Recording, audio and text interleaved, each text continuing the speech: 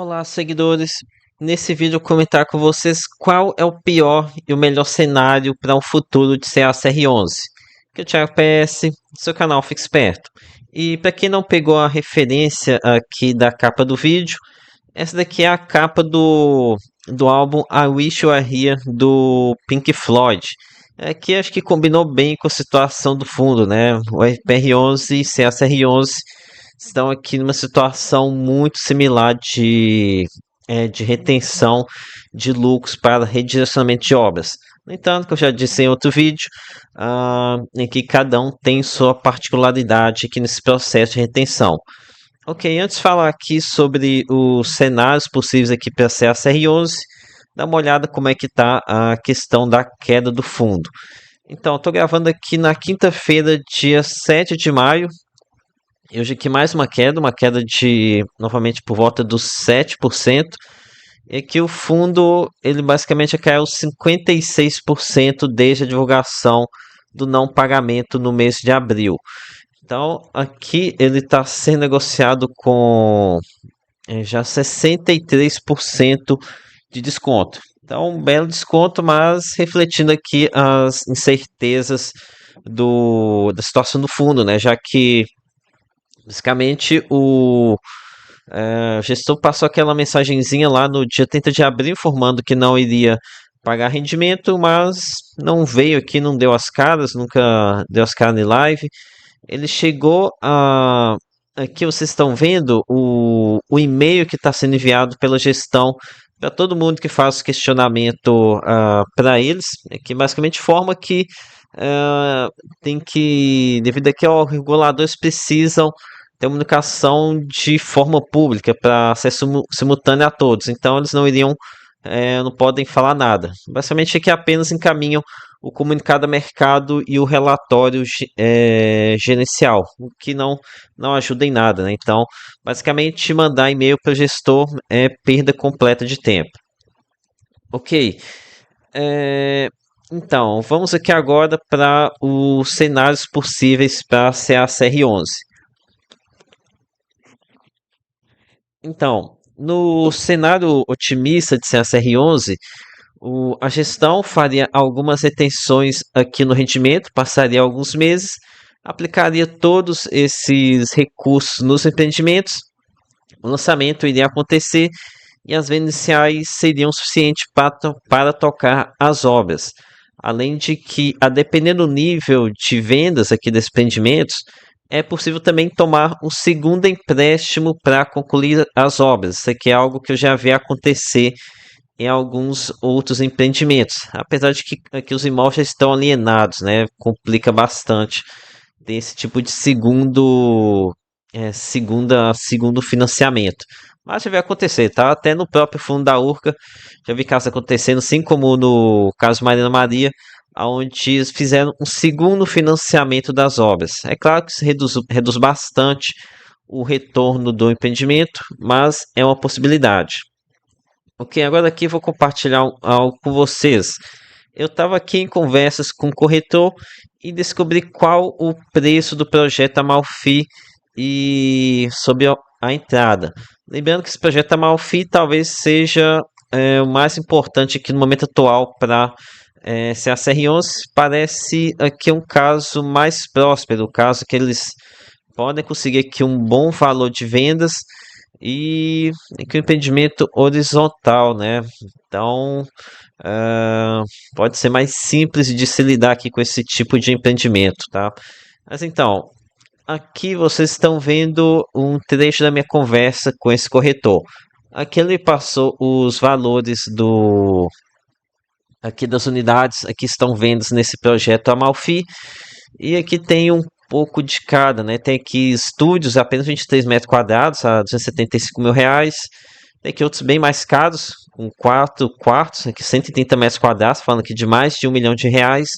Então aqui para as minhas contas, vou pegar uma unidade média, pegar aqui então, talvez acredito que essa seja talvez a unidade mais numerosa, talvez esse entre 514 e R$ 622 mil. Ok, aqui olhando pelas imagens do empreendimento parece algo de mais alto luxo, né? Então, sei lá, vou pegar aqui esse de duas suítes com garden, provavelmente aqui tá falando com jardim, né? R$ 600 mil. Aqui a gente tem a seguinte informação, de que já foi feita uma reserva de 114, foram reservadas 114 unidades. Então, vamos pensar que cada unidade a R$ 600 mil. E aqui, pensando nessas 114 reservas, teria aqui um valor geral de venda de R$ 68 milhões. Considerando uma entrada de 30%, que foi o valor que esse corretor me passou aqui que em média a entrada é de 30%, a gente teria então uma entrada aqui no momento do lançamento de cerca de R$ 20 milhões. Com certeza, esse projeto vai demandar muito mais recursos do que isso, mas talvez somando aqui o que o fundo está retendo. E não sei aqui como é que está a situação do fundo de obras. Pode ser que seja o suficiente para pelo menos começar a tocar esse empreendimento, né? E, enfim, teria que ver como é que se realmente isso daqui seria suficiente. Então, esse seria o cenário otimista, tá? Onde esse valor aqui do lançamento seria o suficiente para dar início nesse projeto Amalfi. Agora aqui antes de começar e continuar, lembro vocês que lá que os meus grupos do Telegram recebem informações exclusivas com antecedência, com esse meu trabalho de pesquisa de dados por fora, já que o gestor não está fazendo o trabalho dele, tá? Ok. Agora aqui tem que comentar um pouco você sobre alguns investidores comentando sobre a possibilidade do gestor ter que distribuir 95% do resultado, de forma que em junho pagaria o valor retido. E aqui é o seguinte, não é bem assim não, tá? É muito mais fácil contornar os 95% de distribuição do que vocês imaginam. Basta fazer uma assembleia no CRI votando para todo o resultado ser retido para as obras. Basicamente acabou aqui com esse regrando de distribuição de 95%. Ok, vamos aqui então agora para o cenário pessimista. Mas antes, peço que o seu like e inscrição. Provavelmente sou o único influenciador que está tratando esse caso com um pouco de mais seriedade, sobriedade, né? Não ficando, não fazendo aqui apenas bravata, falando que o fundo é horrível, que deu um prejuízo enorme. Isso daí vocês já estão carecas de saber, né? Que a Cartésia deu um baita de um prejuízo aqui para os cotistas. Mas então, o pior cenário em CACR11 é dos recursos no fundo de obras, mais valor que está sendo retido dos rendimentos, mais valor arrecadado nos orçamentos, não ser o suficiente para concluir as obras. Daí a coisa fica realmente muito difícil, pois numa eventual execução de garantias vai pegar obras no meio do caminho. E aí realmente você executar um canteiro de obras é uma completa furada, tá? E aqui eu lembro vocês que boa parte do portfólio do CACR11 está com alto risco de obras. Aqui eu até fiz esse vídeo, aqui foi o anterior, né? A gente está falando de quanto? 22, 30. Está falando de 68% do fundo ah, está com risco elevado de obras, ou seja, na fase inicial de obras. Aqui o fundo até tem alguns empreendimentos que eles não estão com risco baixo, né? Estão com as obras bem elevadas, como esse Station e Monte Cristo. No entanto, existe aqui a possibilidade do gestor vender alguma operação saudável para pegar esse dinheiro e aportar nesses empreendimentos que estão com risco muito elevado de obras. Inclusive, isso daqui já está acontecendo, pois eu pude notar que essas operações aqui mais arriscadas do Santander, Savoy, Amalfi, elas deram um salto nos últimos meses. Provavelmente resultado aqui do gestor vendendo as operações saudáveis para colocar nessas operações que estão mais críticas. Por exemplo, aqui vocês estão vendo como é que era o fundo antigamente, há algum tempo atrás, talvez mais de um ano atrás. Essa daqui era a carteira do CACR11. Notem que era uma carteira com muito mais ativos e ainda concentrada, mas bem menos concentrada do que é hoje.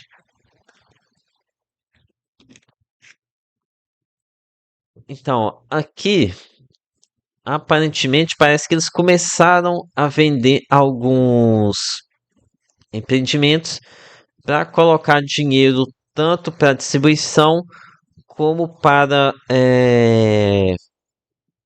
fazer aportes adicionais aqui nos projetos. Veja aqui que nesse gráfico, eu não me lembro a data quando eu fiz esse compilado, foi para algum vídeo lá em 2025, já que o gestor não faz um gráfico desse para operação, eu resolvi fazer, que a gente tinha 17% no CRI Viva, 17% no CRI Santander. Daí, hoje, a gente tem 22% no CR Amalfi, que é o mesmo do Viva, e 26% no CR Santo André, do saldo devedor. Então, notem que o gestor ele já está fazendo algumas concentrações, tirando de outras operações e colocando nesses novos ativos. Então, tomar cuidado aqui que essa concentração em risco de obra pode aumentar ainda mais no futuro, tá? De forma que o fundo, talvez daqui a um tempo seja basicamente apenas essas poucas operações, né? Tá aumentando ainda mais o nível de risco em CACR11. E é por isso que eu digo aqui para vocês tomarem cuidado com essa história de colocar um dinheirinho pensando lá na frente, na recuperação. E aqui até é estranho eu falar isso porque é exatamente isso que eu faço a minha estratégia com o RPR11. No entanto, aqui na minha estratégia com o fundo da Urca, pelo menos eu consigo ver um ponto de saída, né? Dá para ver as obras lá caminhando, se perto de encerrar, tendo uma evolução. Aqui pretendo fazer isso, não agora, porque as obras nem sequer começaram, né?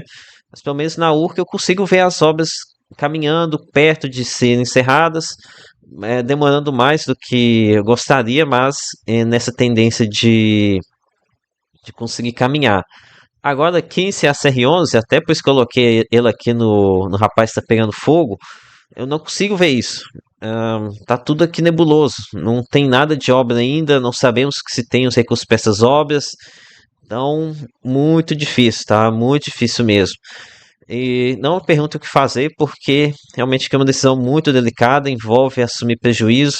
Aqui minha função é apenas trazer o máximo informação possível para que vocês tomem a decisão de vocês, tá?